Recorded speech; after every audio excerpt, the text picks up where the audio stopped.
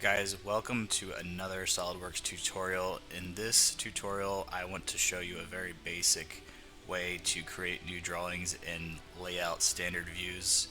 We'll cover more details of more advanced drawing concepts in future videos, but for this video, let's keep it simple. So, I have an existing SolidWorks part open in SolidWorks.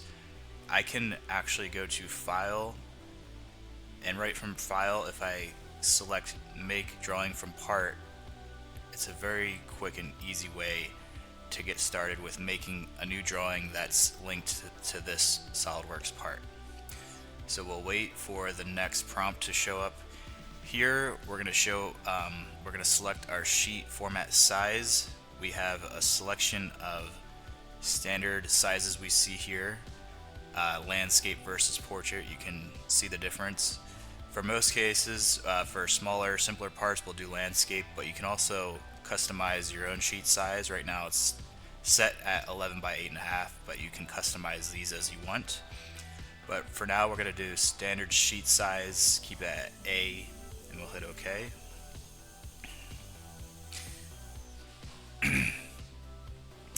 Now you can see that this drawing is definitely linked to our part here because it pulls in the part name here.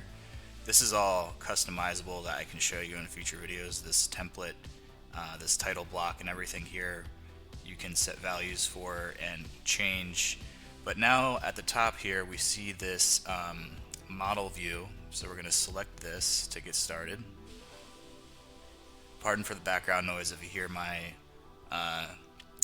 dishwasher machine running. So we have the lower enclosure automatically pulled from the part that if we accidentally selected the wrong part, we can browse for one, but we're going to keep clicking this arrow next. So now here we are presented with which orientation we want to start with. We can do front, side, top, bottom, etc. This bottom left view, we usually want to show the most detail, so we'll keep it as this orientation for now. We can always change it later. But this is essentially our base view that we're creating first. Now, without clicking, we clicked once to place our base view. Now if we just move our cursor, you can see that each projected view is going to be linked to the base view. So we'll go ahead and click once to place our next view.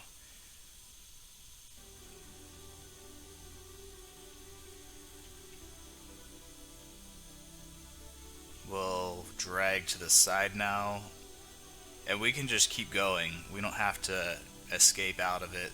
We can just keep going with these projected views by dragging. So now we're going to drag up to the diagonal to the to this 3D view. That's a standard, isometric view for the industry. We can always move it around, but we're going to click once for now to place that view. And once we're happy with our views for now, we can click escape to get out of that, and we can drag this isometric view now to where we'd like it. You notice it's still too big, so we're going to click inside this dotted box to select it, and now we can select which style we want it displayed, if we want to keep hidden lines or not. And we can also change the scale, so if we want to make it smaller, right now it's 1:1 ratio, we can make it any scale we want. Let's do 1:2, maybe a little bit bigger, so 1.75.